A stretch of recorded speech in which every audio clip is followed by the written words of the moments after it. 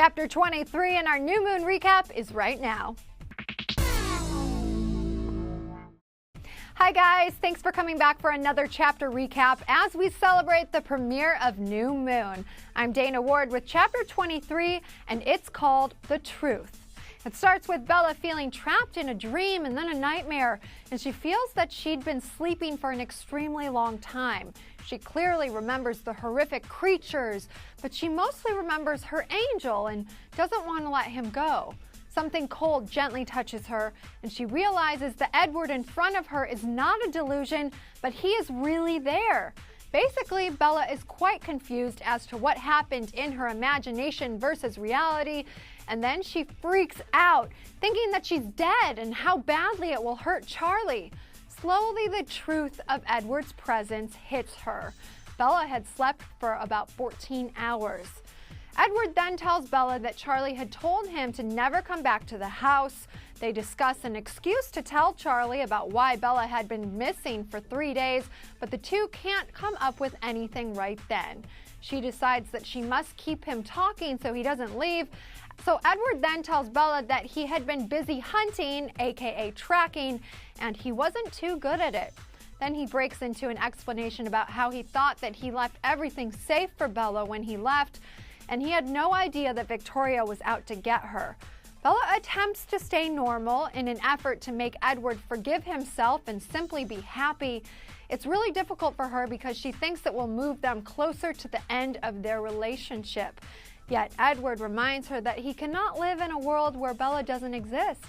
And he admits that he thought if he could get Bella to believe that he moved on, that it would have been easier for her to move on. And of course, Edward wanted to protect Bella and her feelings. His pledge to always love her causes Bella to again think that she's dreaming. Edward gets close to kiss her in order to prove she's awake, but she doesn't allow for it. But after a few more words, they do kiss, and Bella notices that this kiss was not quite as careful as the others. It's a very passionate, emotion-packed kiss. Then the two discuss how Edward wants to be with Bella no matter what happens, yet Bella is still questioning it. Edward explains that before she was in his life was like a moonless night. And then when she was gone, the stars disappeared and it was all black. At one point, Bella is shocked to find out that Edward was busy tracking Victoria while he was away. He says that he was totally on the wrong track, adding that he was completely on the wrong continent. Edward promises that Victoria will die soon and Bella will be safe. Bella rattles off that there's a more extreme problem for them though, the Volturi. He reveals that a year to a human is like a day to a vampire, and therefore he wouldn't be surprised if the Volturi don't even think about her until she's 30 years old. It causes Bella to think that Edward will indeed break his promise to stay around. She had thought he'd change her soon.